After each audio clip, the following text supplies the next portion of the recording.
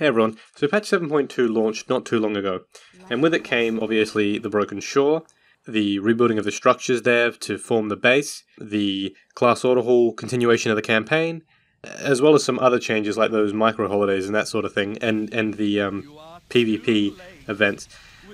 But I wanted to talk a bit about the artifact challenge that came with the rebuilding of the Mage Tower.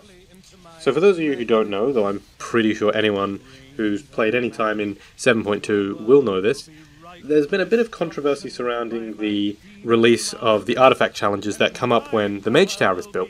They were sort of touted by Blizzard as an ultra-difficult solo challenge for people who want to push themselves and their knowledge of their class to the limits, and also get a reward for the artifact weapon so that people who completed it could show off to everyone, hey, I completed the artifact challenge, the extremely difficult content. Now, before it was released, Blizzard did say that it was going to require Tomb of Sargeras gear to complete. Or that was their intention, at least. Now, Tomb of Sargeras gear is better than the Nighthold gear, which is the current raid tier, by quite a significant amount. The heroic gear is roughly equivalent of Nighthold Mythic, and then maybe a little bit better with as the later bosses drop slightly better gear. So they designed it, or balanced it around the frame of mind that people would not be really attempting this until Tomb of Sargeras was live, and people could get their gear from there. We do know that it is possible to complete with the current gear, Nighthold geared players, as many people have completed it themselves. But it seems to be generally out of reach for most of the player base. And there doesn't really seem to be anything inherently wrong with that, because Blizzard did say that it was meant to be hyper difficult. It was just going to be a true display of skill for everyone of the class. They would be able to show off that, you know, they're the best of the Death Knights or the best of the Demon Hunters or whatever.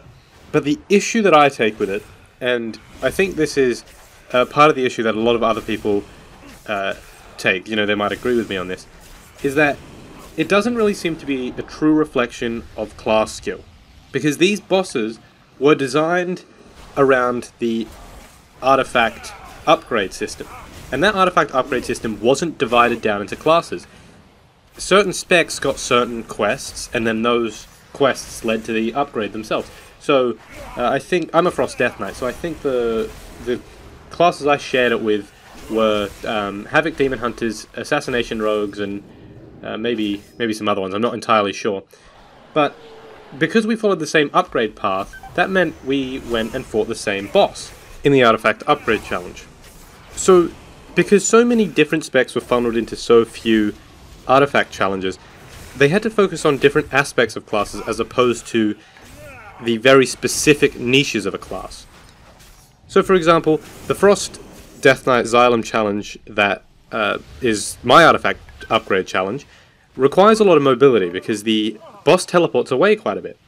He does, you know, a spell, he'll teleport away, and then in one case he traps you in an icy prison, and you have to smash the shards. If you run into him, you die immediately. But if you smash the shards, then you are supposed to run around and go to the boss.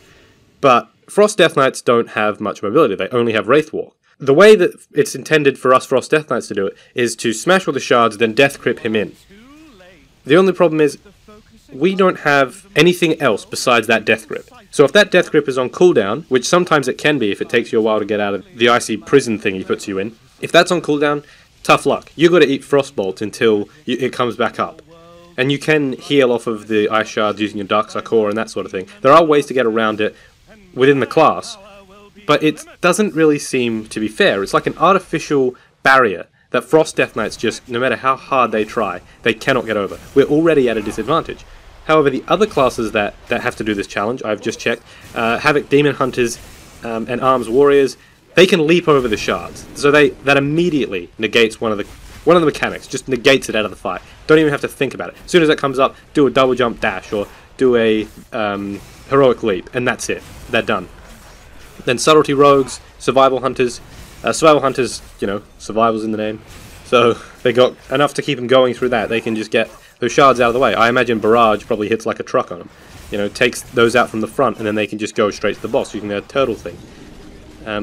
Actually, is that only BM? I'm not sure. Anyway, then Sub-Rogues. They can do the same sort of thing. Then you sprint, get over there.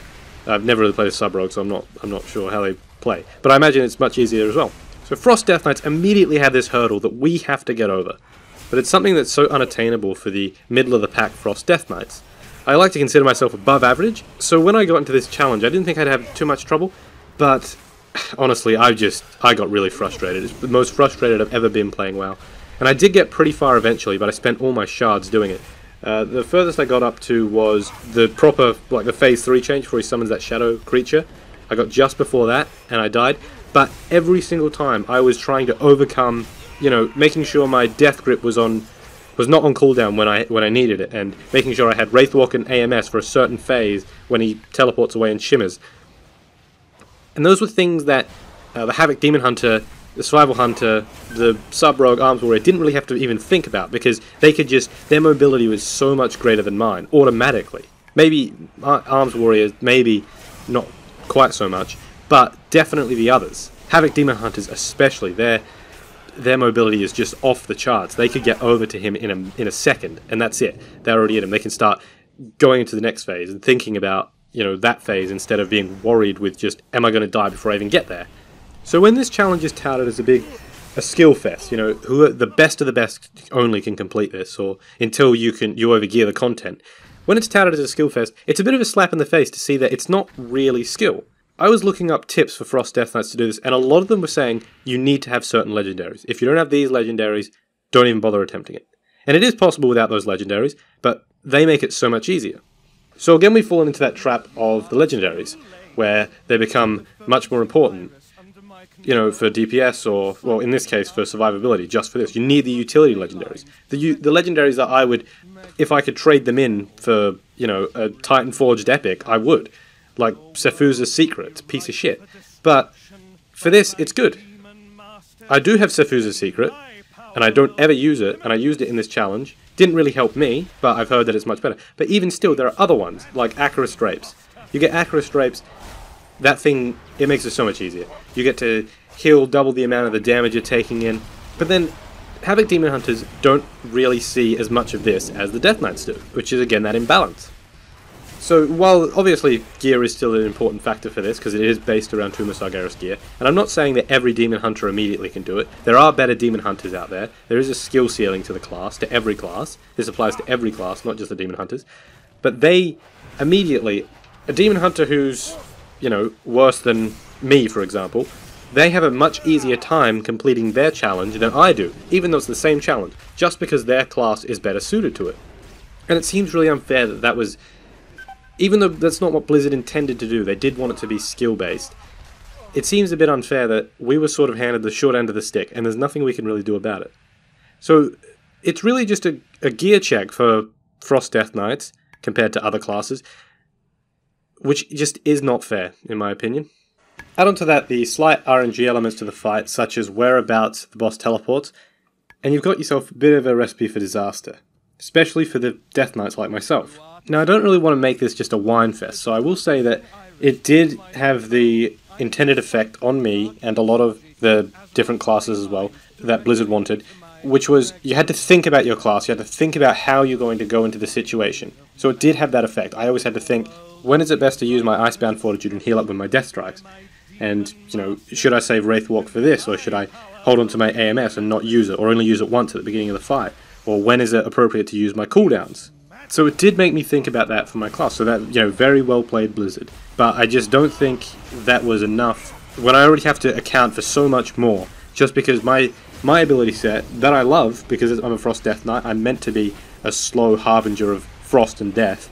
I just don't think it's fair that I should be at this disadvantage at the outset, compared to the Demon Hunters and the Rogues. Now, is there a solution to this?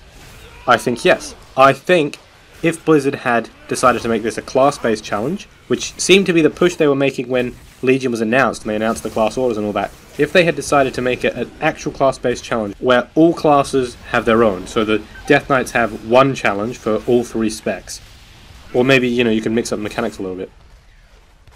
Of course there'd be more bosses, it would require more development time, but I think it would have had the desired effect. I would have been thinking more like a Death Knight. I would have been, and it would have been able to account for the strengths and weaknesses of the Death Knights.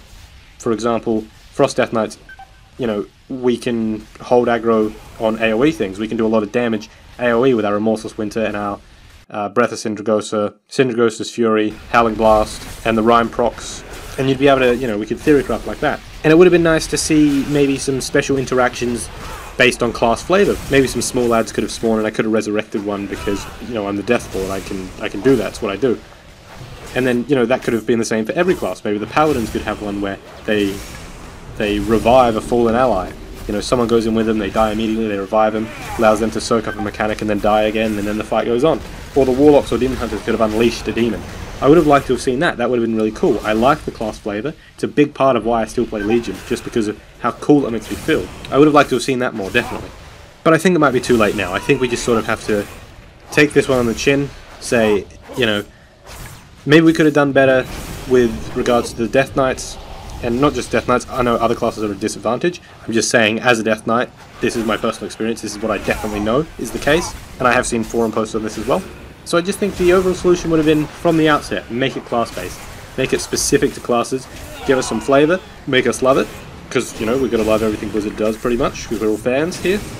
And maybe a little less on the RNG side of things, although that would have gone down if it was made class-based, because, you know, I would have had to have face some of the challenges I did with Frost Death Knight.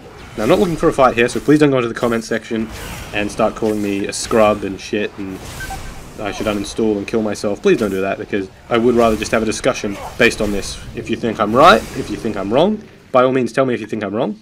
But anyway, those are my thoughts on the Frost Death Knight Xylem challenge, and I hope you've enjoyed the background footage, and I hope you've enjoyed my talking about it. If you disagree or you take a different stance on it, let me know in the comments below, and maybe we can have a discussion about it. If you liked the video, like, subscribe. I'll be trying to do more videos like this, or like the lore ones on my channel as well, or maybe even some machinimas, which I do enjoy doing. Alright, thanks for watching everyone. Bye.